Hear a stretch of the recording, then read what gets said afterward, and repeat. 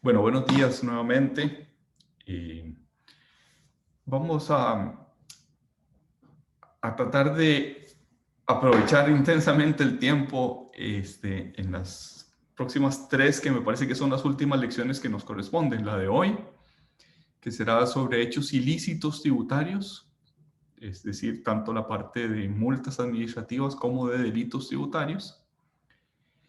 En segundo lugar, para el miércoles de la semana entrante, imposición sobre la renta. Y dentro de 15 días impuesto al valor agregado. Y me parece que una semana después ya sería el examen final.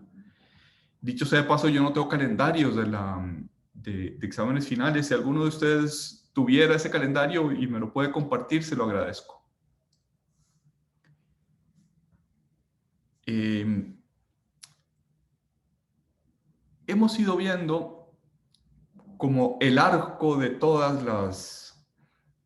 la vida de la obligación tributaria, desde el hecho generador, su nacimiento, su conformación, su cuantificación, los métodos de determinación de la obligación tributaria, su extinción, y ahora vamos a ver qué pasa con lo que podríamos llamar eh, las enfermedades del derecho tributario. ¿Cómo reacciona el ordenamiento frente al incumplimiento de la obligación tributaria? ¿Cuál es el régimen, podríamos decirlo así, patológico? ¿Cómo reacciona el derecho cuando esa obligación tributaria no es cumplida satisfactoriamente?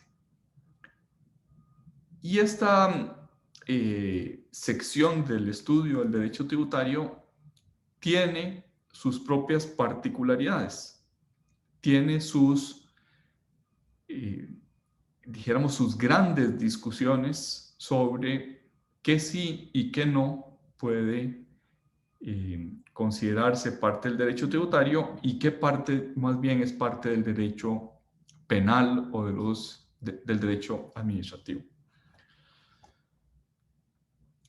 En la pantalla tienen ahora lo que podríamos llamar es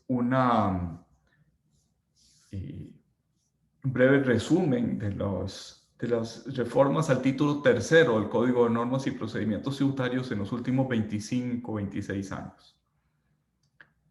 Antes de la Ley de Justicia Tributaria, la ley aprobada en 1995, la ley 7535, había una discusión, por lo menos a nivel de profesores o de académicos, había una discusión sobre si podía condenarse al sujeto incumpliente de una obligación tributaria.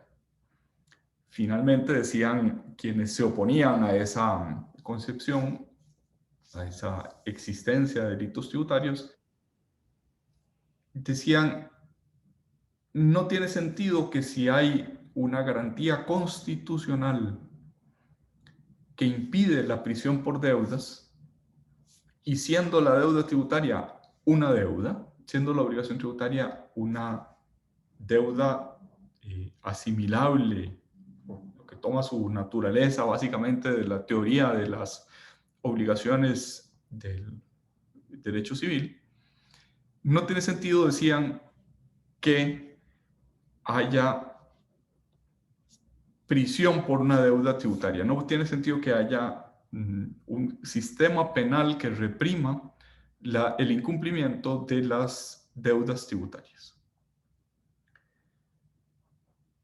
En la acera opuesta, es decir, contrario a esto que acabamos de decir,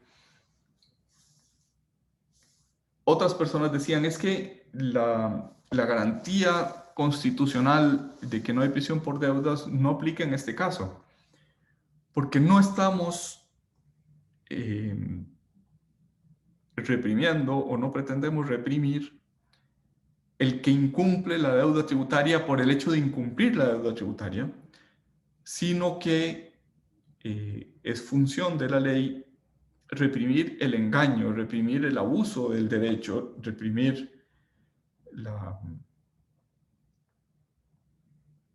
la falta de solidaridad usando ardides, usando engaño, usando la deliberada intención de evadir los tributos. Esta segunda posición además decía, es incoherente que el derecho penal sancione el delito de estafa, que recuerdan ustedes, los elementos principales del delito de estafa son el engaño y la traslación de la propiedad de parte del engañado hacia el engañador. Es una traslación, dijéramos, voluntaria. No está hecha con violencia. No es como en el robo o sino más bien cerca del hurto, con maña, con engaño, con ardid, se obtiene la propiedad, pero en el caso de la estafa, adicionalmente al hurto, lo que hay es que el delincuente no toma la propiedad, sino que la víctima voluntariamente, con una voluntariedad disminuida por el engaño, disminuida por el ardid, pero voluntariamente transfiere su propiedad al delincuente, al estafador. Decían pues los que están en esta segunda tesis, los que proponían esa ley de justicia tributaria del año 35, si el ordenamiento penal contiene el delito de estafa respecto de la propiedad privada, con tanta más razón, con cuánta mayor razón, deberíamos sancionar penalmente a quienes engañan al erario público. Porque es un delito de consecuencias mucho mayores. Ya no se trata solo de apropiarse mediante engaño del patrimonio privado, sino de un patrimonio público que tiene unas finalidades públicas y cuya más importante finalidad es dar cumplimiento al programa constitucional. En otras palabras, es mucho más grave, decían los proponentes de esta reforma, que la estafa contra un delito, contra un patrimonio privado, es mucho más grave la estafa contra un patrimonio público, porque termina afectando a no solo a un propietario del patrimonio o a pocos propietarios del patrimonio, sino a una multitud generalizada, dijéramos, a toda la sociedad, porque se impide cumplir con las finalidades para las que ese patrimonio fue constituido. Es un poco la misma indignación que se siente al ir escuchando noticias sobre la corrupción en el Consejo Nacional de Vialidad y en las obras públicas del Ministerio de Obras Públicas y Transportes. Todos entendemos, así sea intuitivamente, quizás sin racionalizarlo demasiado, todos nos sentimos estafados, todos nos sentimos como que eso que se hizo ilegítimamente no es solo un problema de los interlocutores en esas licitaciones públicas, del corruptor y del corrompido de manera directa, sino que es un problema que nos atañe a todos, es un problema que afecta a toda la sociedad, no solo porque la corrupción es contagiosa, es progresiva, iba a decir que es incurable, pero no es lo que creo. Yo sí creo que tiene que haber remedios y formas de curar la corrupción. Pero la idea que quería transmitir es que se corrompe a toda la sociedad en el sentido de que también se estafa a toda la propiedad mediante el mal uso de los recursos que mucho nos ha costado aportar al erario público. cuando ese patrimonio de la hacienda pública no cumple su fin, entonces se desvirtúa todas las razones por las cuales se formó ese patrimonio público. Se corrompe la moral tributaria, se lava la voluntad de aquellos que quieren, perdón, que están obligados a sostener el erario público. Pues bien, en esa discusión decía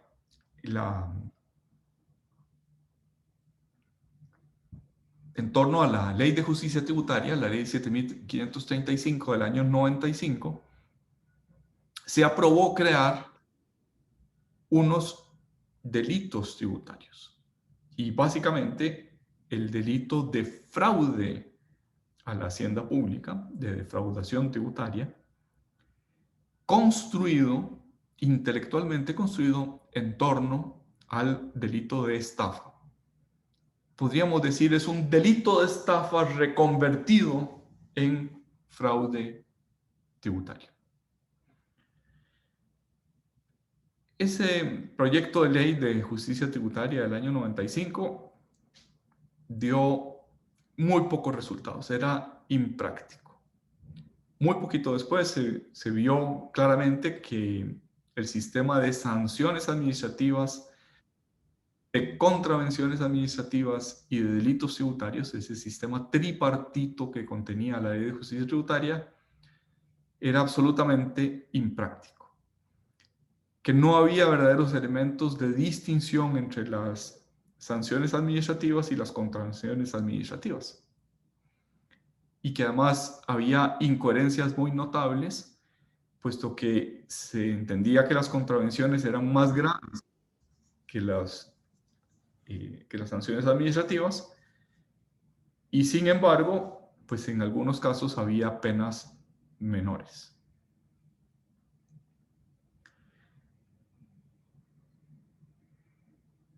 Y por tanto ello condujo a la reforma del año 1999 acaecida mediante la ley 7900.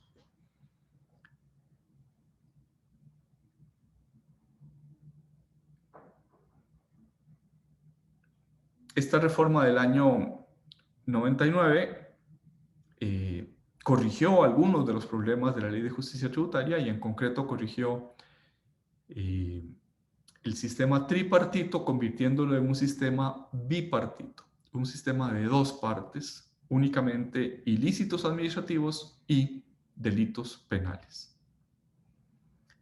Volveremos sobre esa distinción que es la que actualmente existe en nuestro título tercero del Código de Normas y Procedimientos Tributarios. En el 2012 se aprobó una nueva reforma mediante la Ley de Fortalecimiento de la Gestión Tributaria, la Ley 9069. En el 2016, una cuarta reforma, Ley para mejorar la lucha contra el fraude fiscal. La Ley de Fortalecimiento de las Finanzas Públicas de diciembre del 2018 introdujo nuevas reformas. Y la más reciente, por lo menos la más reciente que yo tengo contabilizada, es la adición al Código Municipal del artículo 77 bis, que permite que todo el régimen sancionatorio del título tercero, que antes era aplicable solo a los órganos del Ministerio de Hacienda, se aplique en materia de impuestos municipales. Algunas de estas reformas fueron de gran calado. Por ejemplo, la del 99 y la del 2016 prácticamente sustituyeron secciones enteras del código del título tercero. La reforma del 99 y la del 2016 cambiaron completamente la sección de delitos, y la ley del 2016 también modificó fuertemente la parte de ilícitos administrativos. En estas discusiones, dijéramos que hay tres polos doctrinales o tres puntos de vista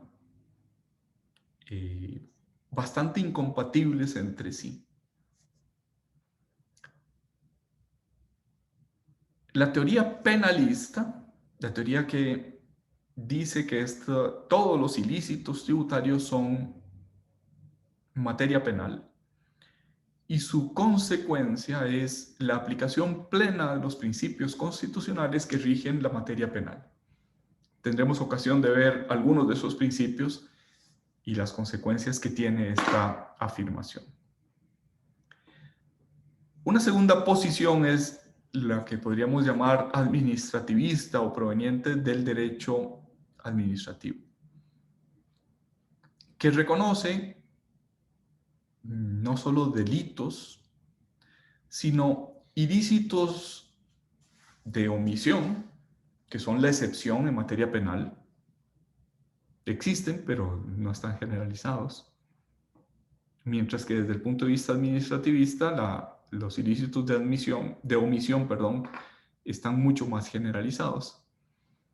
Y más aún, hay una teoría bastante más controvertida, que es la de los ilícitos objetivos.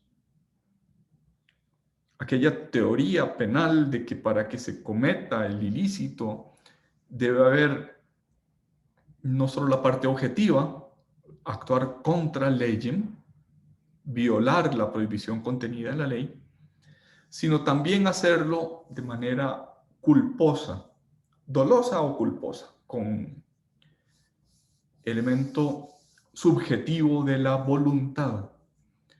Pues bien, no es infrecuente en materia administrativa decir que hay algunos ilícitos que son objetivos, que simplemente se cumplen todos los elementos del ilícito por la mera contravención de la norma, por la conducta contraria a la norma, aunque no haya elemento subjetivo, que no haya elemento de voluntariedad.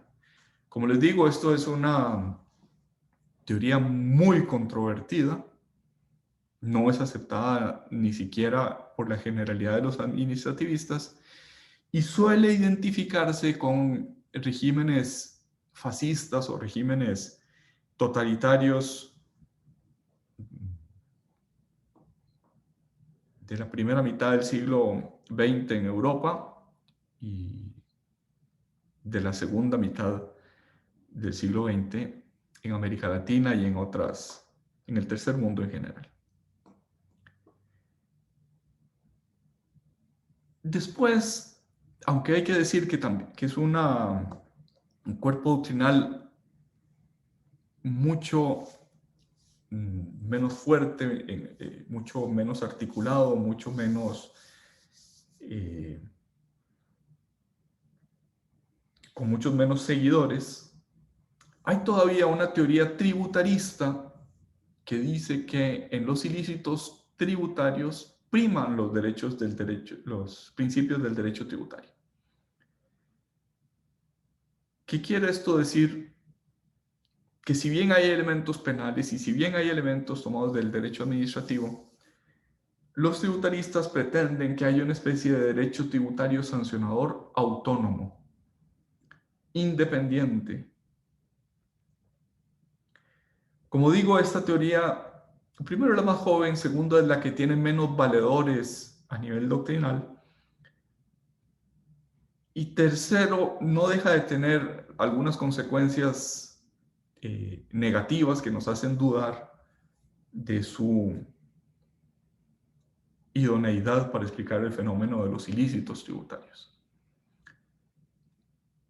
Quizás los principales sostenedores de esta teoría tributarista son profesores argentinos que hablan concretamente de derecho penal tributario.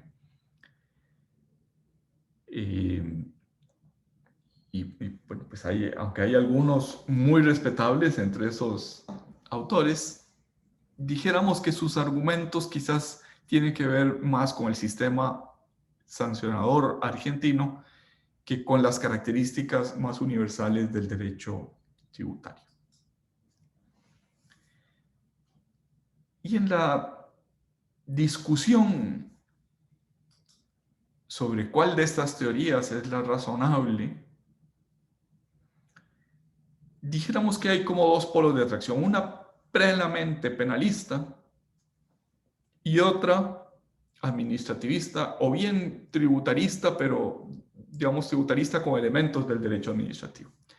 O sea, estas tres teorías terminan siendo la discusión entre dos polos, el polo plenamente penal y el polo administrativo tributario. Y la pregunta es si hay diferencias sustanciales entre las sanciones administrativas y los delitos penales. Sustanciales queremos decir si hay diferencias de sustancia, diferencias que hagan cambiar la esencia de la sanción administrativa o del ilícito administrativo castigado con una sanción respecto de la esencia del delito tributario. Y la discusión parte de que para las sanciones administrativas es un órgano diferente quien las impone, es la propia administración tributaria, mientras que para los delitos el órgano que los impone es un juez penal. En el primer caso, administrativo, el procedimiento es un procedimiento administrativo sancionador,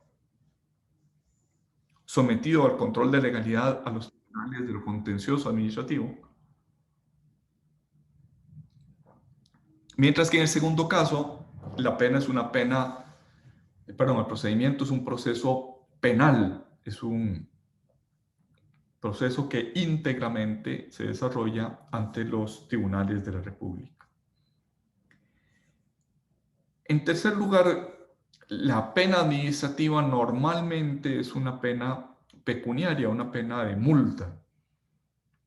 Mientras que en materia penal, o plenamente penal, la pena generalmente es una pena privativa de libertad, aunque hay otras penas, también pecuniarias, y también hay penas accesorias o penas complementarias de la pena principal. Por tanto, la pregunta sobre las diferencias sustanciales se refiere a si ese diferente órgano sancionador, diferente proceso o procedimiento sancionador, diferente pena, son sustanciales o no son sustanciales. Y la consecuencia de responder afirmativamente esa pregunta, es decir, de decir si hay diferencias sustanciales, es que los ilícitos administrativos no estarían afectados, se sustraerían de los principios del derecho penal, que como saben son unos principios mayormente garantistas.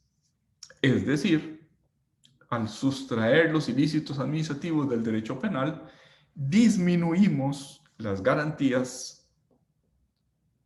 que rodean a aquel que es sometido a una pena o a un procedimiento, a un proceso penal.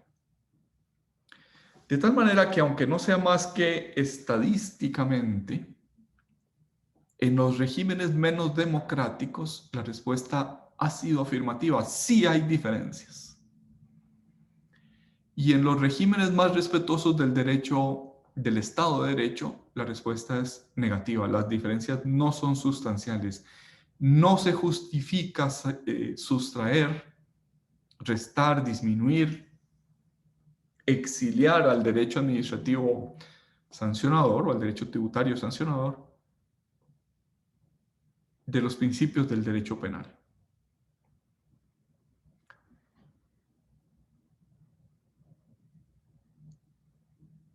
Otra forma de decirlo es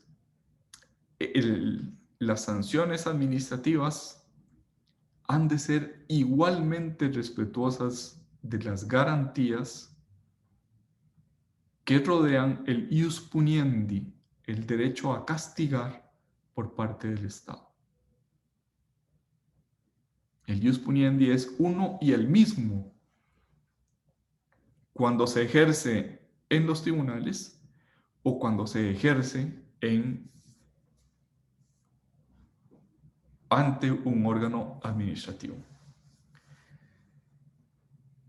Y las implicaciones no son menores. Si aceptamos como verdadero esta segunda posición, esta posición que hemos calificado más respetuosa del Estado de Derecho, la implicación es que en las infracciones no criminalizadas, no penalizadas, en el sentido no sometidas al derecho penal, el ius puniendi, cuando no está en juego la pena privativa de libertad, en esas infracciones administrativas también deben regir los principios constitucionales del derecho penal.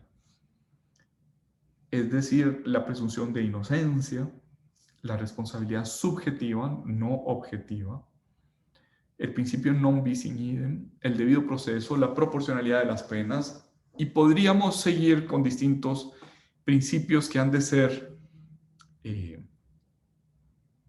residenciados o aplicados en materia administrativa.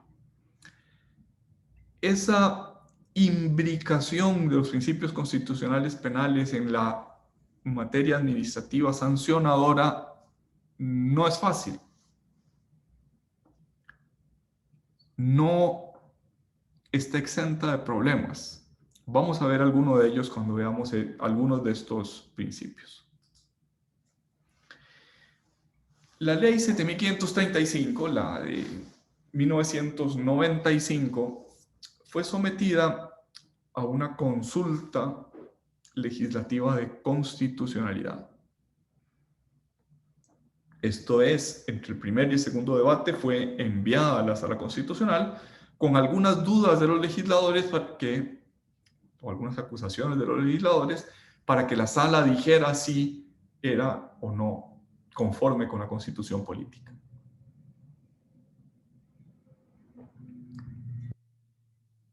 En un voto particularmente lúcido, no siempre lo son, pero este sí que lo fue, de la Sala Cuarta, dijo nuestro máximo Contralor de Constitucionalidad: las diferencias procedimentales existentes, procedimentales viene de procesos, ¿verdad? El proceso administrativo versus el proceso penal. Las diferencias procedimentales entre el procedimiento administrativo, y el proceso penal no pueden conducir a ignorar en el ámbito administrativo las garantías de los ciudadanos.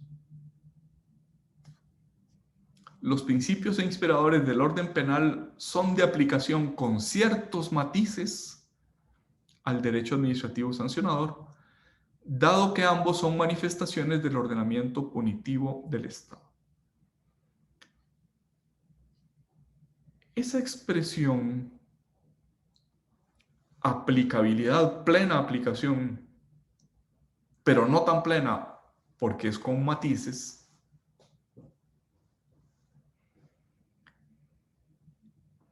también está presente en la jurisprudencia constitucional española. De hecho, esa frase es iba a decir un copy-paste, pero tal vez es poco respetuoso, es exactamente la misma de la jurisprudencia del Tribunal Constitucional Español. Principios son aplicables con matices. ¿Qué quiere decir matices? Ahí es donde volvemos a tirarnos los platos a la cabeza. José María Oriamuno piensa que matizar es disminuir. Es no aplicar con el pleno rigor. Es reconocer que en esta materia infraccional administrativa hay principios que por su propia naturaleza no pueden ser aplicables plenamente. Pero al decir la Sala Constitucional y al decir la doctrina, me parece que esto es un puerto de llegada de la doctrina, no, la Sala Constitucional no se lo inventó. Como ya dije, es la misma afirmación del Tribunal Constitucional Español y de la doctrina de los tributaristas allende el Atlántico. El puerto de llegada es que son aplicables. Por tanto, los matices no pueden ser tales que impliquen la desaplicación. Si son aplicables, si son de aplicación, los matices no pueden hacer desaparecer el principio. No pueden vaciarlo de contenido hasta que no quede nada de ese principio. La razón, como claramente apunta la Sala Constitucional, es que esos principios no son graciosas concesiones del constituyente, sino que son manifestaciones del ius puniendi. Son uno de los sustratos más básicos de la Constitución, es que el orden penal, el derecho de imponer sanciones, tiene límites. Y esos límites son esos principios. Una cuestión que todavía está abierta, les diré mi propia opinión, es si aplican los principios del derecho penal. Parece que esa afirmación, su respuesta es positiva. Si aplican, la Sala Constitucional ha dicho, aplican, con matices. Pero ¿qué hay de los principios del derecho procesal penal? Es decir, no el derecho sustantivo penal, sino el derecho formal penal, el derecho procesal penal.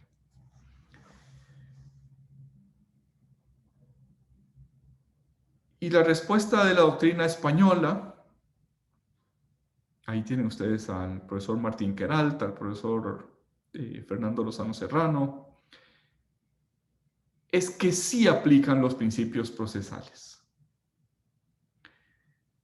Y mientras que la inicial doctrina sudamericana decía que no, recuerden que esa doctrina estaba influida por una situación política gravísima de gobiernos de corte militar en los años 70 del siglo pasado. Pero la doctrina posterior a ese hiato, a esa pausa o suspensión de derechos constitucionales en Sudamérica, esa doctrina también coincide, esa doctrina más moderna, posterior a esos años negros de la sudamericanos, también coincide con que deben aplicarse tanto los principios sustantivos como los formales. No solo los derechos sustanciales penales, sino los procesales penales deben ser aplicables en materia sancionatoria. Dicho de otra manera, los principios sustantivos penales deben aplicarse respecto de las sanciones administrativas, y los principios del derecho procesal penal deben aplicarse respecto de los procedimientos sancionatorios. A esta actualmente unánime, en el pasado no lo fue, a esta actualmente unánime conclusión de que los principios del derecho penal también son plenamente aplicables, bueno, son aplicables en materia sancionatoria. Hay que decir, sin embargo, que los principios sustantivos pasan con menos matices que los principios formales, que los principios procedimentales. Dicho en otras palabras, los procedimientos administrativos tienen más diferencias que los principios sustantivos. Si regresamos al voto de la Sala Constitucional, vemos que la Sala no quiso decir los principios del derecho penal, sino dijo los principios inspiradores del orden penal. Y yo entiendo que esos principios inspiradores del orden penal son todos, son los sustantivos y los formales, los de fondo y los procesales. Veremos pues algunos principios aplicables en materia sancionatoria.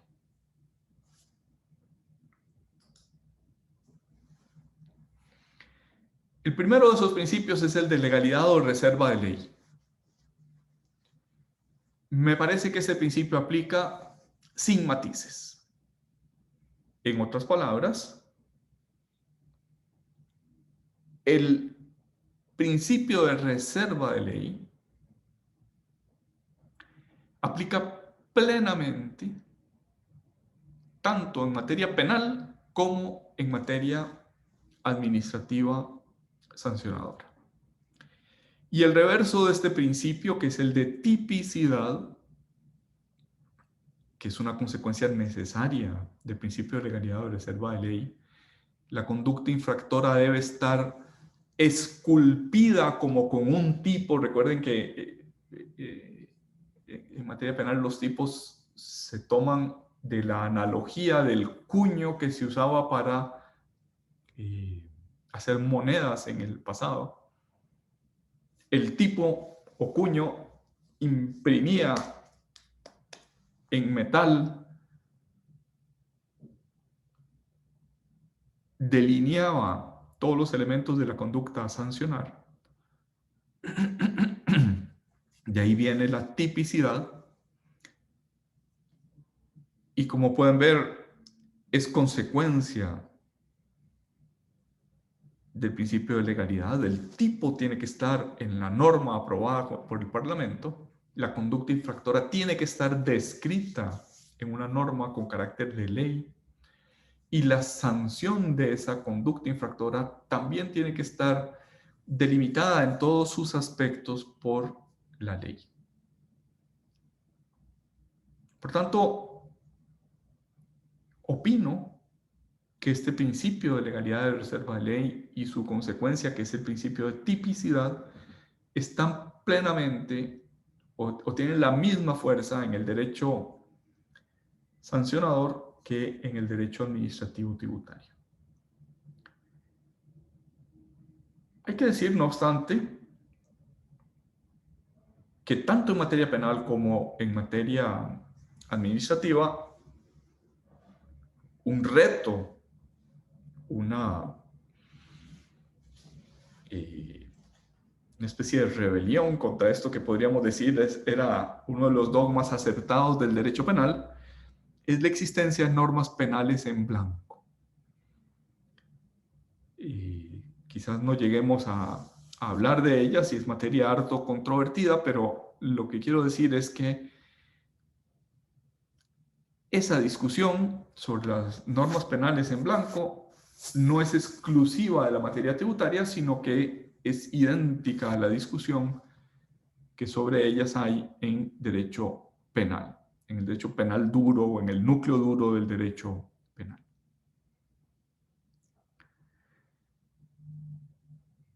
Otra consecuencia que a veces se establece como un principio separado es la proscripción de la analogía, que es otra forma de decir que la tipicidad o reserva de ley es aplicable a favor del sancionado, en el sentido de que no puede sancionarse por analogía. Análogos, podríamos decir, analogía es en parte igual y en parte distinto. En la parte que es igual se aplica la misma consecuencia, y en la parte que es distinta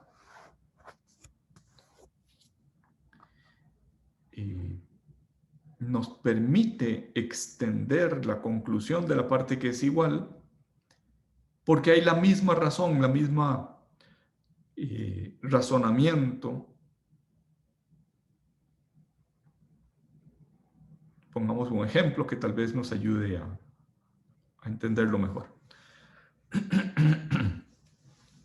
Si la norma se refiere al arrendamiento, pero no dice nada del arrendamiento con opción de compra, del leasing, podría el intérprete de la ley decir, bueno, pues se aplica el arrendamiento con opción de compra, la misma respuesta del ordenamiento al arrendamiento, porque donde hay la igualdad de la situación de fondo, debe haber igualdad en la solución o en la respuesta del ordenamiento.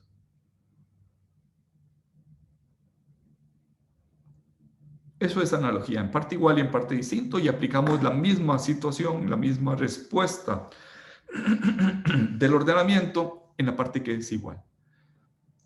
Pues bien, es un puerto seguro, una conclusión unánimemente aceptada, que en materia sancionatoria, tanto penal como administrativa, no puede aplicarse la analogía. La analogía está proscrita. No se puede aplicar la misma pena, aunque de dos situaciones pueda predicarse que están en igualdad de circunstancias. La reserva de ley exige que tanto la conducta infractora como la sanción sean enteramente materia de reserva de ley. En segundo lugar, se admite la retroactividad a favor del sancionado. Es decir, si la nueva norma es más benigna que la anterior, y estamos hablando de norma penal o de norma sancionatoria, aplica la más nueva, aunque haya retroactividad. El artículo 34 de la Constitución Política proscribe la retroactividad, pero tiene expresa permisión al legislador de aplicar la norma más benigna posterior. La Sala Constitucional ha dicho que es una autorización, pero que no es una obligación aplicar la ley más benigna. No obstante, esta afirmación de los años iniciales de la Sala Constitucional me parece que ya no se sostiene en la actualidad, porque el artículo 8 del Pacto de San José, de la Convención Americana de Derechos Humanos, y algunos posteriores al 8, expresamente reconocen la retroactividad a favor del sancionado. Ya no en términos de una autorización al legislador, sino en términos de un principio plenamente reconocido en la Convención Americana de Derechos Humanos. También sucede lo mismo con el artículo 12 del Código Penal. Está plenamente incorporado a nuestro sistema penal esa retroactividad a favor del sancionado. Ese principio, pues, la norma penal más benigna, principio de derecho penal, también es aplicable en materia administrativa. El ilícito administrativo más benigno es plenamente aplicable en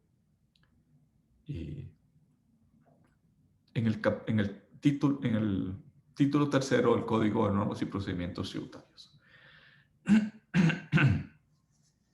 El principio de inocencia, nadie es culpable hasta que se demuestre lo contrario, o la presunción de inocencia, cuya consecuencia es que la carga de la prueba de los elementos de la teoría del delito compete al que acusa, no al que se defiende. Parece también plenamente aplicable en materia administrativa.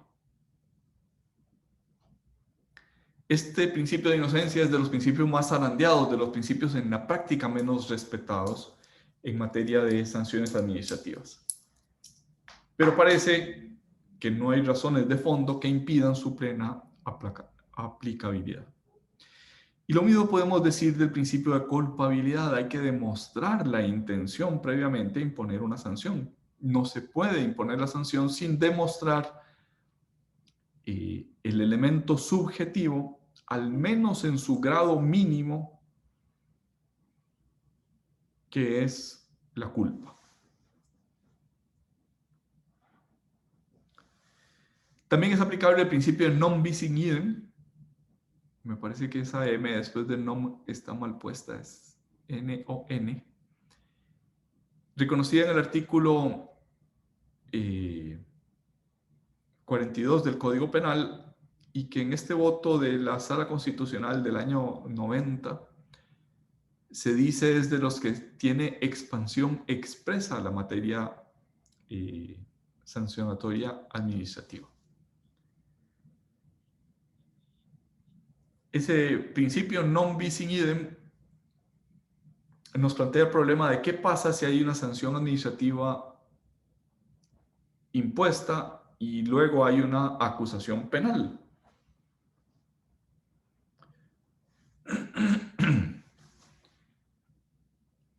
La doctrina propiamente penal, ustedes saben que yo no soy penalista, pero me parece que puedo hacer alguna excursión a esa materia penal con algunas precauciones, advirtiendo que no soy penalista y advirtiendo que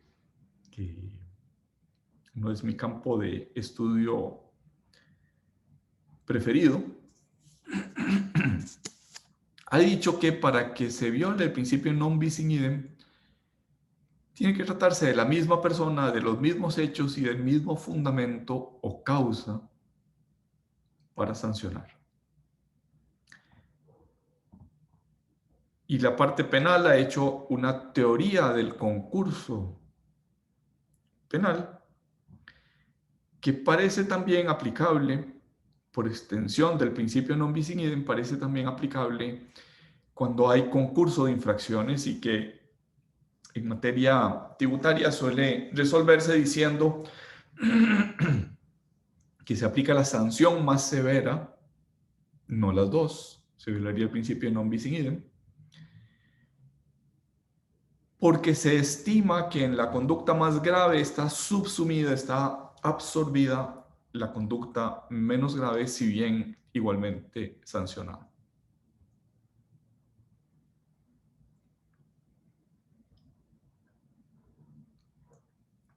Profe, ¿puede explicar eso otra vez, por favor?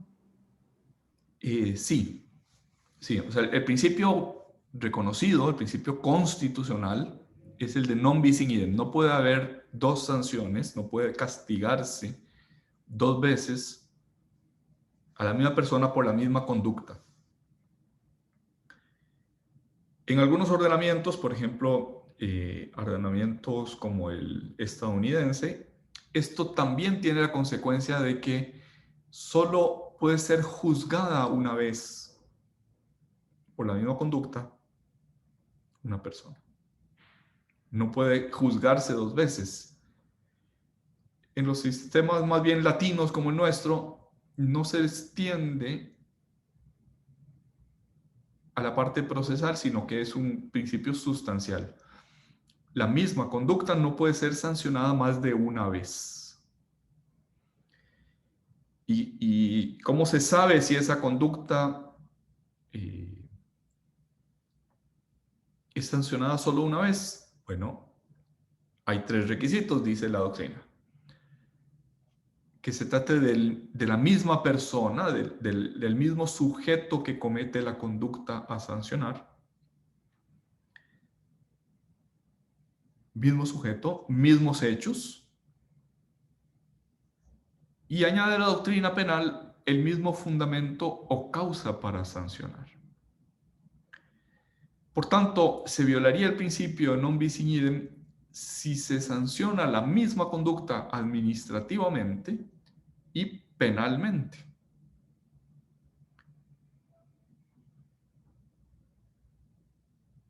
Ejemplo, en una defraudación fiscal, un delito de defraudación fiscal, se cometió mediante la emisión de declaraciones inexactas y la emisión de facturas falsas, o bien por la no emisión de algunas facturas. Aunque esa conducta, declaraciones inexactas o no emisión de facturas, tienen una sanción administrativa, una multa, si fuera un medio para cometer el delito de defraudación fiscal, no se sancionan administrativamente, sino que quedan subsumidas, la conducta queda subsumida por la teoría del concurso en la sanción más severa, en la sanción penal del delito de la defraudación tributaria. Entonces, la teoría del concurso penal está trasplantada, está admitida a la materia administrativa sancionatoria. Y como esto no es un curso de derecho penal, pues yo me abstengo de hablar a profundidad del concurso. Pero lo que sí puedo decir es que cuando hay concurso de infracciones, cuando hay ya no una sanción administrativa versus una sanción penal, sino cuando hay dos conductas administrativamente sancionadas, por la teoría del concurso se impone la sanción más severa. Esa es la solución que ha encontrado el derecho administrativo, la toma del derecho penal, pero la incorpora al título tercero del Código de Normas y Procedimientos Tributarios. Ejemplo. El artículo 86 del Código Tributario sanciona la no emisión de facturas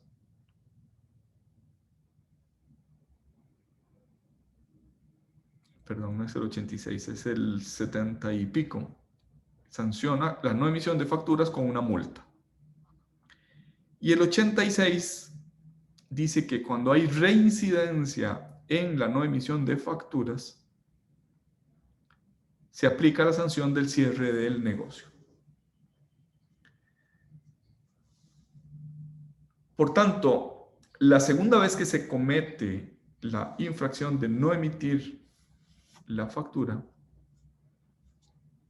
el legislador podría imponer la multa, perdón, el administrador podría imponer la multa o podría imponer la sanción de cierre de negocios. Impone solo la segunda porque se sobreentiende que cuando la segunda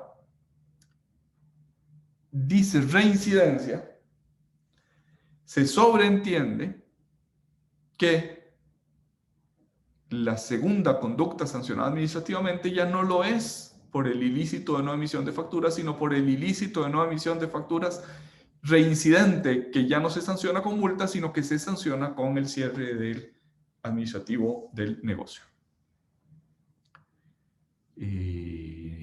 No sé si te respondí. Sí, profe, muchas gracias. Bueno, con gusto.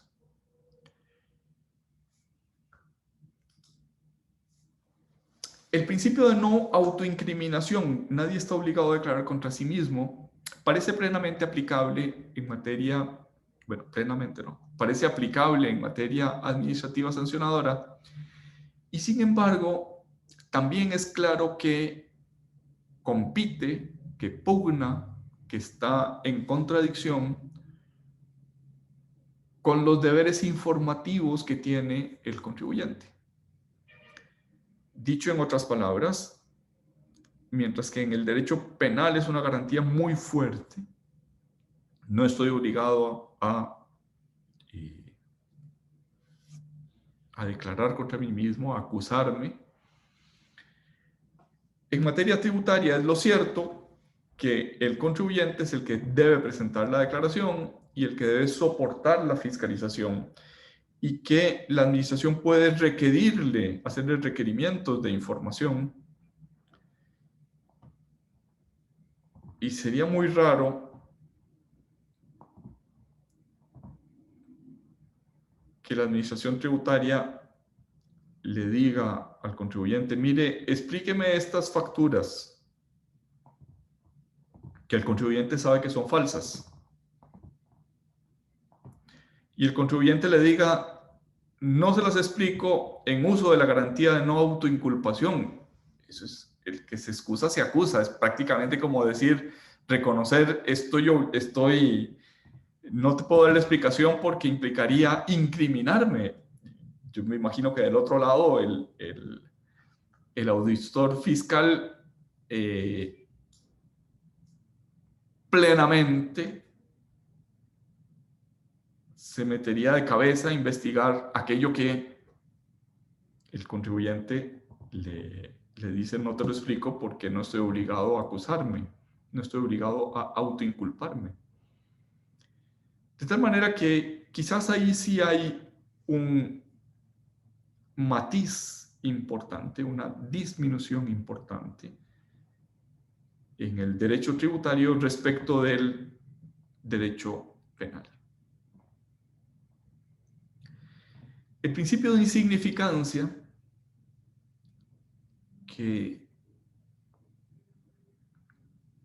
cuya afirmación principal es que no deben sancionarse las conductas por la mera contravención de la norma, por la mera violación objetiva de la norma, sino que además de violar objetivamente la norma, tiene que lesionarse de manera significativa el bien jurídico protegido por la norma.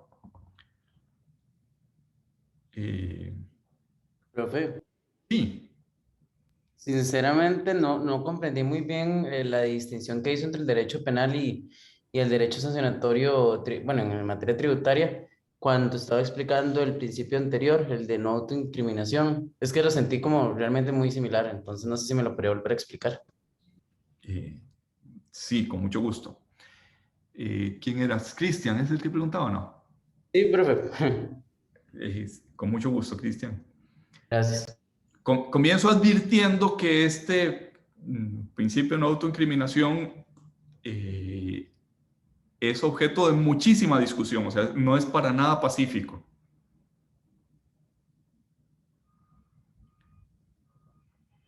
Por ejemplo, el profesor Sanz de la Universidad de Castilla-La Mancha hizo su tesis doctoral en la Universidad de Notre Dame sobre esta materia.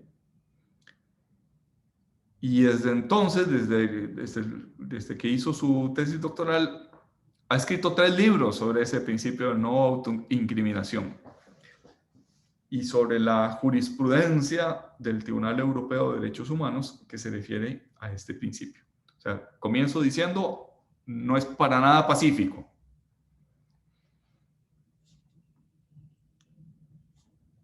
En materia penal, que es nuestro punto de partida, en materia penal el principio es plenamente aplicable. Nadie está obligado a declarar contra sí mismo. Yo puedo abstenerme de declarar, puedo abstenerme de responder las preguntas que me haga la policía o el cuerpo investigador e incluso el juez, en uso de ese principio de no autoincriminación. Me niego a contestar la pregunta.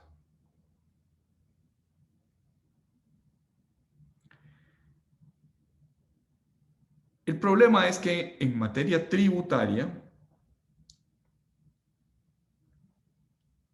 la gestión de los tributos está construida a partir de los deberes informativos.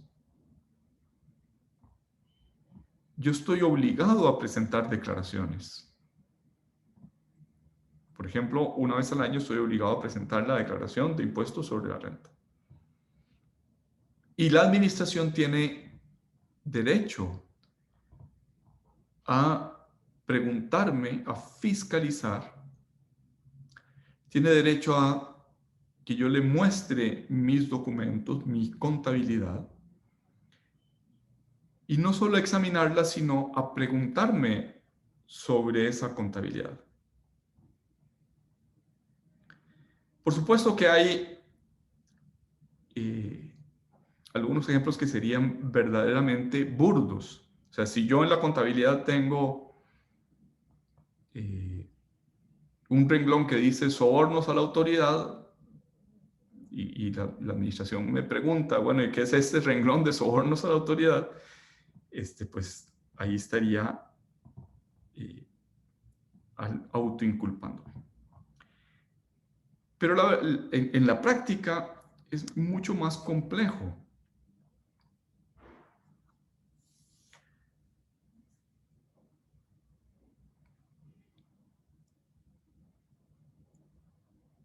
Y las discusiones sobre el principio de no autoincriminación, pues si bien se dan con mucha severidad en materia tributaria, no son exclusivamente propias de la materia tributaria. Tal vez me desvío un poquito, pero les voy a poner un ejemplo.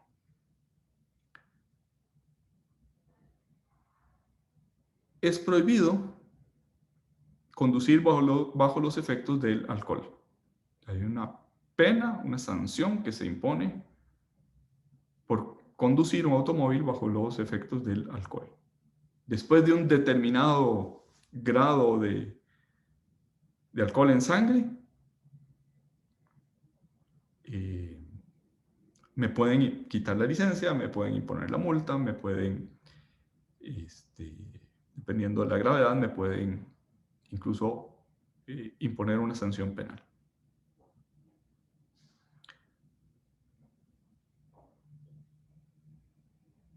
¿Es autoinculparse, es autoincriminarse? Eso es una pregunta, no es una afirmación. ¿Lo es o no lo es? ¿Es autoinculparse negarse a hacer la prueba de la alcoholemia? O sea, si yo sé, me paran a las 11 de la noche el policía de tránsito y me dice, señor, le vamos a hacer la prueba de la alcoholemia. Y yo podría decirle al policía de tránsito, me niego a hacer la alcoholemia porque eso implicaría autoincriminarme. Si yo hago la alcoholemia, me estoy autoincriminando. Se ha llegado a la teoría de que yo no puedo negarme si se trata no de declaraciones en las cuales interviene la voluntad, sino de hechos objetivos. ¿Hay o no hay tal porcentaje de alcohol en sangre? O sea, se restringe el principio de autoincriminación para decir la incriminación a sí mismo solo se sucede si interviene la voluntad, la inteligencia y la voluntad del sujeto que declara.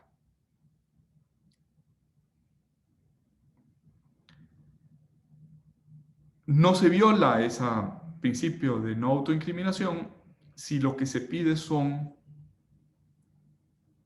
hechos que puedan constatarse con una prueba objetiva.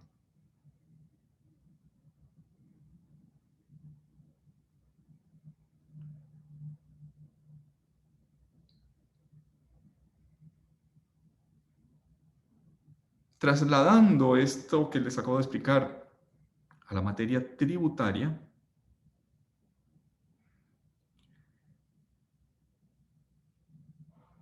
que ciertamente es un trasplante que no siempre es fácil, que no siempre está exento de controversia, podríamos decir la contabilidad también es hechos objetivos. La contabilidad refleja lo que sucedió refleja en números lo que sucedió en los hechos. Por tanto, la administración tiene derecho a obtener la contabilidad y a obtener los documentos fuentes de la contabilidad. Y donde ya empieza a ser menos claro es si puede pedirme información volitiva o cognitiva sobre los hechos que están en esa contabilidad o que no están en esa contabilidad, que están omisos, debieron estar y no están en la contabilidad.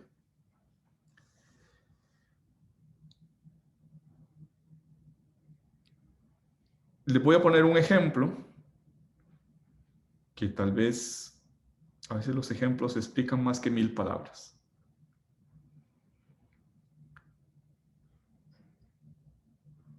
Un cliente de mi oficina fue denunciado por algunos antiguos empleados. Los empleados los despidieron pues no interesa qué, pero los despidieron y quedaron resentidos de ese despido. Dijéramos, no fue un despido amistoso, sino fue un despido acre. Y pocos días después, esos empleados acudieron a la administración tributaria y denunciaron a su antiguo patrono diciendo que estaba cometiendo fraude fiscal. E incluso explicaron cómo se cometía el fraude fiscal. Los empleados dijeron, esta empresa tiene un sistema de facturas falsas de sus insumos y de sus compras, infla las compras, y después tiene un sistema de doble facturación, porque los bienes que vende son bienes que los vende al consumidor final. Básicamente estábamos hablando de ropa, zapatos deportivos, etc.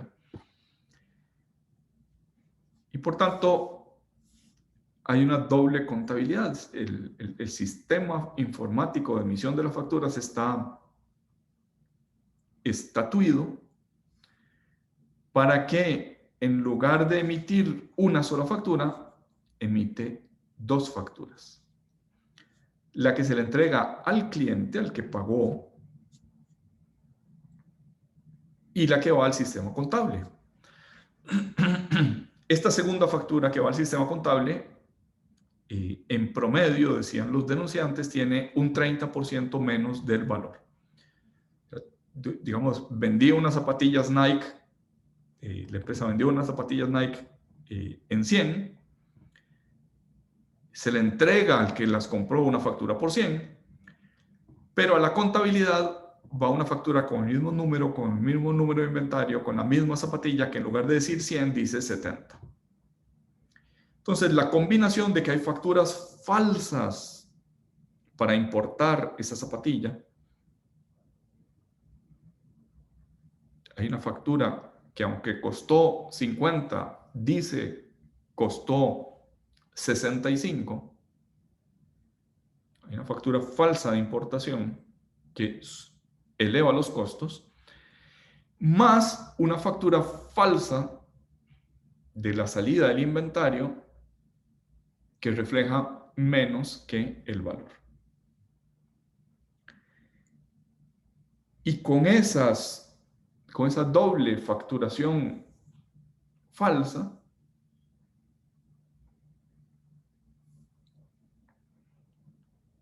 se defrauda al fisco en los impuestos general sobre las ventas, el actual IVA.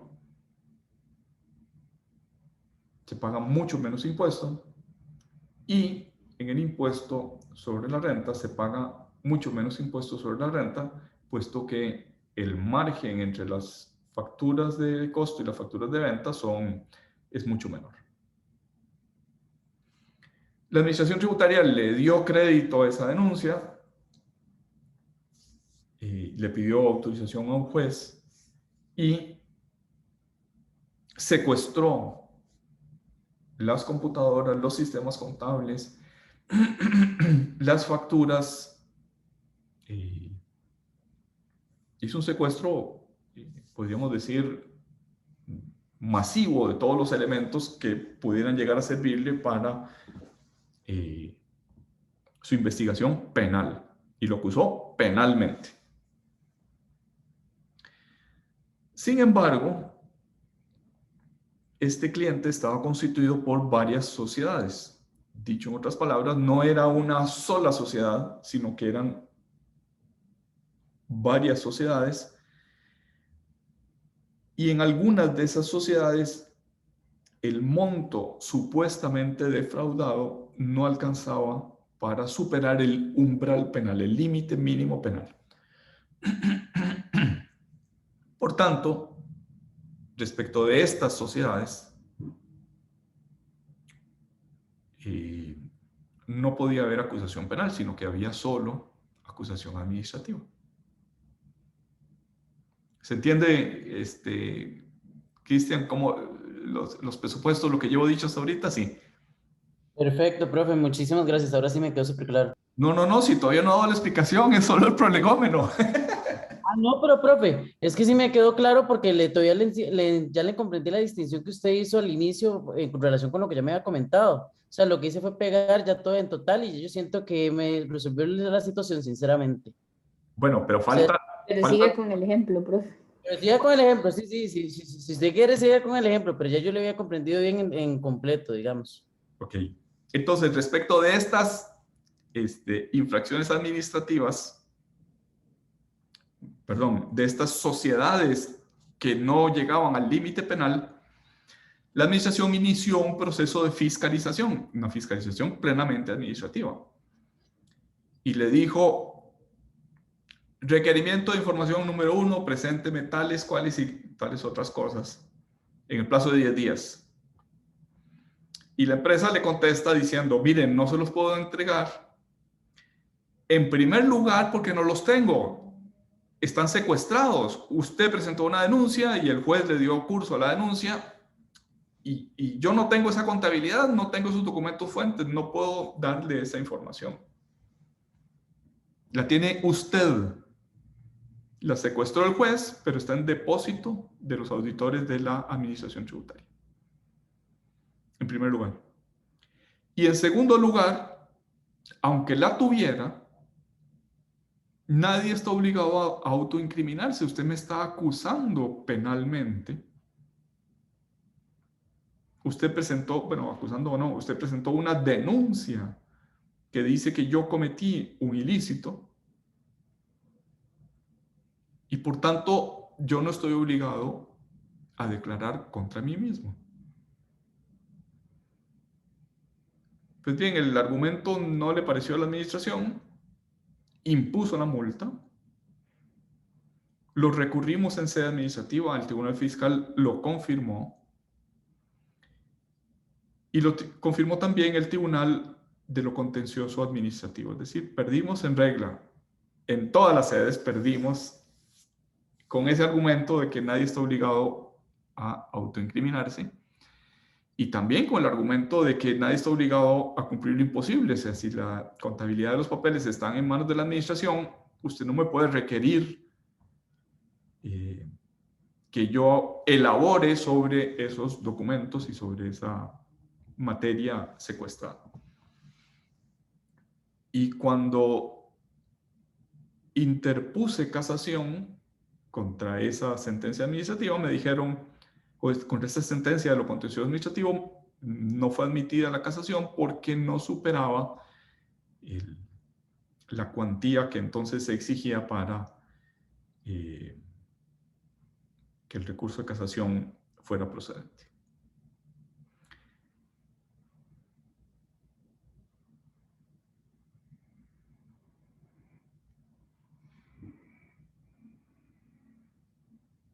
Casos como estos en los que están in limine, en el borde, el derecho a no autoincriminarse versus los derechos informativos,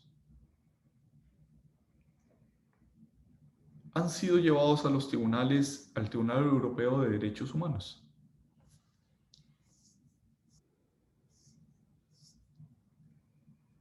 Y aunque no es materia tributaria, sino administrativa, el Tribunal Europeo de Derechos Humanos dijo que la Gran Bretaña no tenía, el gobierno de la Gran Bretaña no tenía el derecho de pedirle explicación a un contratista público, alguien que había ganado una licitación. La autoridad tributaria no le podía pedir información a un contratista público sobre el que pendía la posible acusación de haber amañado esa contratación pública, de un delito en la contratación pública.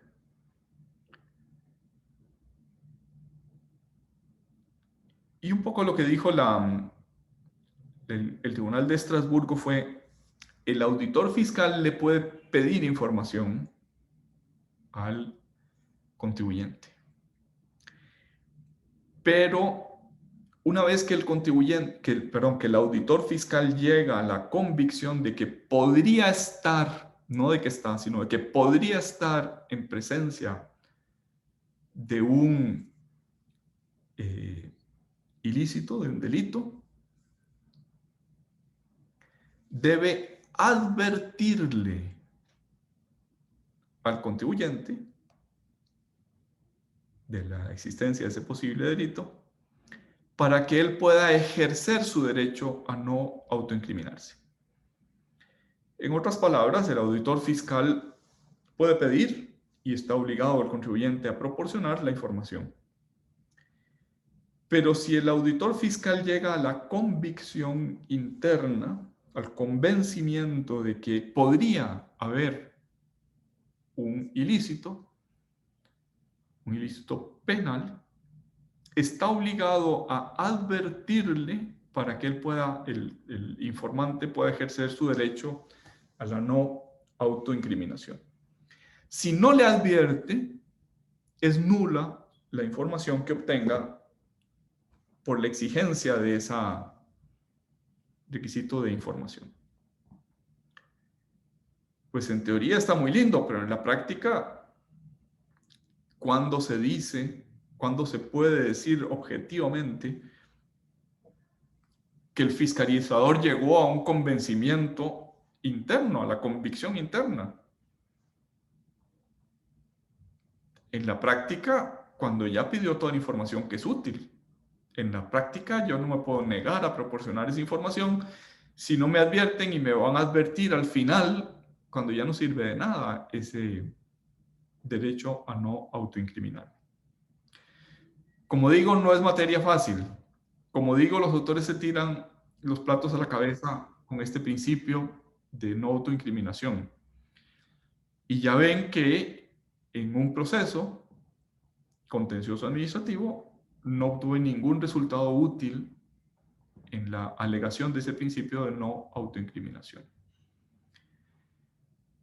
Por tanto, ¿es un principio penal aplicable al sistema administrativo? Sí, con matices, sí, con muchos matices que casi lo hacen desaparecer. No sé, Cristian, si esta explicación ya fue un poquito más completa y si te... Sí, profe, ya sí le comprendí mucho, más bien, muchas gracias por tomarse tanto tiempo para explicarme y comprenderlo bien, gracias. Bueno, con gusto. Como se ve, tocaste una fibra sensible por un caso que perdí. Ah, ay, perdón, profe, más bien. No, con gusto, con gusto. Otro principio es el principio de insignificancia.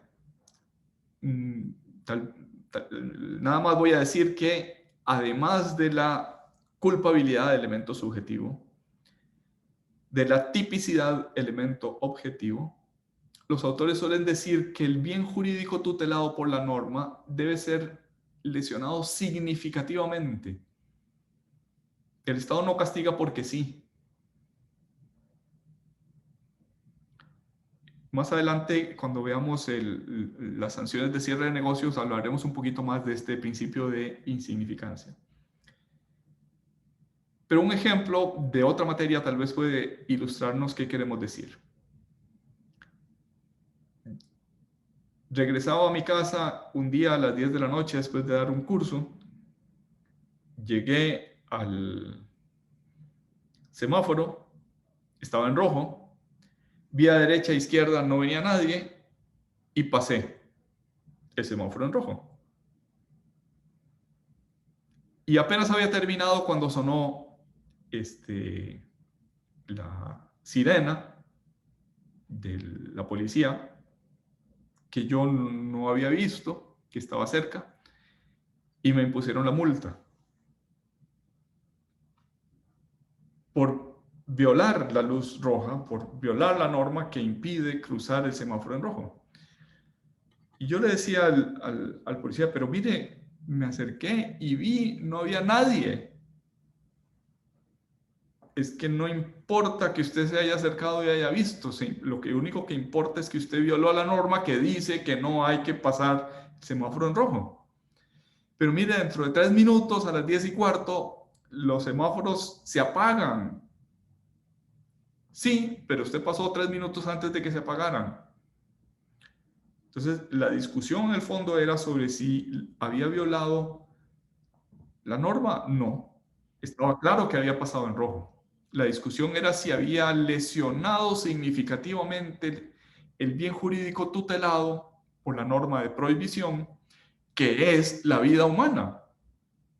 Y yo le decía, pues es que no corrí ningún peligro. A mí no me importa que usted no haya corrido ningún peligro. Usted pasó en rojo. Pues bien, en los regímenes democráticos se afirma que la norma no solo se debe violar objetivamente, sino que la lesión al bien jurídico protegido por la norma tiene que ser de suficiente entidad como para que el castigo sea procedente. Después hablaremos, como digo, con más profundidad de este tema de principio de insignificancia. El principio del juez natural, no puede haber jueces que no estén previamente constituidos para juzgar mi caso. Y eso pues también tiene consecuencias. El juez tiene que hablar mi lenguaje, el juez tiene que ser aproximadamente de mi mismo entorno cultural, no puede, digamos, en derecho indígena se exige ahora mucho que que juzguen las conductas de los indígenas, conozcan el entorno cultural de los indígenas. El principio de certeza, la conducta debe ser demostrada más allá de cualquier duda razonable. Es un principio dirigido sobre todo al juez.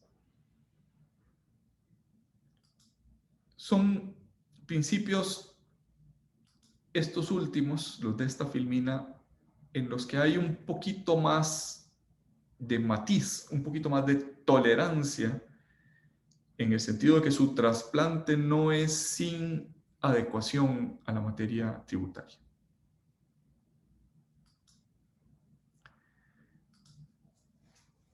Uy, me perdí en la filmina que toca.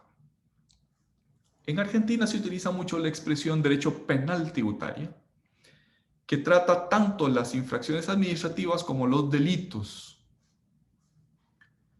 Es decir, trata en general el incumplimiento de las normas tributarias por considerar que existe una materia esencialmente idéntica entre ambas. No obstante esa expresión derecho penal tributario, incluso una compañera, una exalumna de la universidad sacó su posgrado en penal tributario en la Universidad de Buenos Aires, no es plenamente admitida fuera de Buenos Aires. Y Buenos Aires no, fuera de la Argentina. Y suele decirse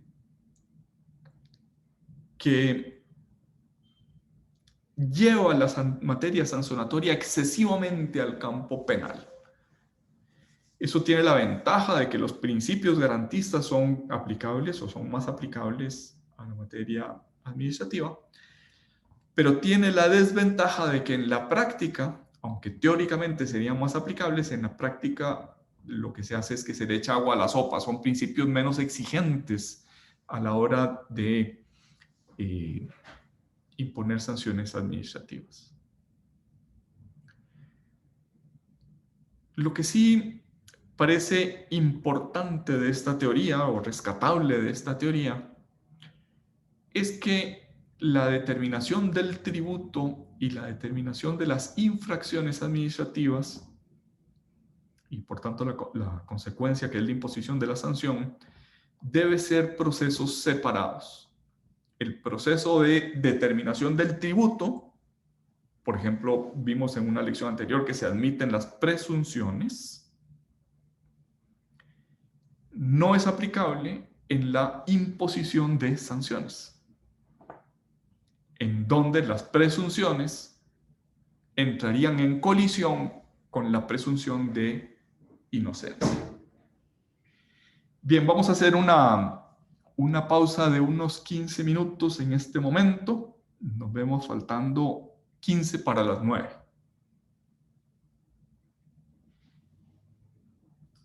Buenos días, profe. No sé si fue solo a mí, pero vieras que